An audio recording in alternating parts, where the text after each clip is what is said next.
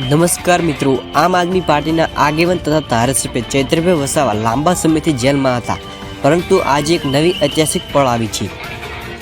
કારણ કે ચૈત્ર વસાવા જેલમાંથી આવી ગયા છે બહાર. જેલની બહાર સમર્થકોનો જમાવટો ઉમટી પડ્યો હતો. લોકોના ચહેરા પર આનંદ અને ઉત્સાહ છલકાતો હતો. ચૈત્રભાઈ જિંદાબાદના નારા લગાવ્યા હતા. લોકો ફૂલોથી તેમનું સ્વાગત કરતા જોવા મળ્યા હતા. ચૈત્ર વસાવા જેલમાંથી બહાર આવતા જ હાથમાં વિજયનો સંકેત કરીને લોકો તેમને ભરપૂર સમર્થન આપ્યું. આ ઘટના માત્ર એક ધારાસભ્યની રજા નથી, પરંતુ ગુજરાતની રાજનીતિમાં એક નવા અધ્યક્ષની શરૂઆત છે. તો જો ચૈત્રભાઈ વસાવાએ કયું ભાષણ કર્યું છે. આટલો બધો જનતાનો પ્રેમ હોય, જનતા મારી પાસે કામ માંગે ત્યારે આ સરકારી મીટિંગમાં મેં કીધું, ચૂંટાયેલો ધારાસભ્ય છું, મને પૂછ્યા વગર કઈ રીતના તમે વેપારીઓને કોન્ટ્રાક્ટરોને સભ્ય બનાવો. પણ આ ભાજપના નેતાઓ ત્યાં બેઠા બેઠા મને ફસાવાનું કાવતરું કરીને બેઠા હતા. પોલીસ મને ફસાવાની કાવતરું કરીને બેઠી હતી. તેનો મને અંદાજો નતો. હું પોલીસ સ્ટેશને સામેથી અરજી આપવા ગયો અને મને એરેસ્ટ કરી લેવામાં આવ્યો.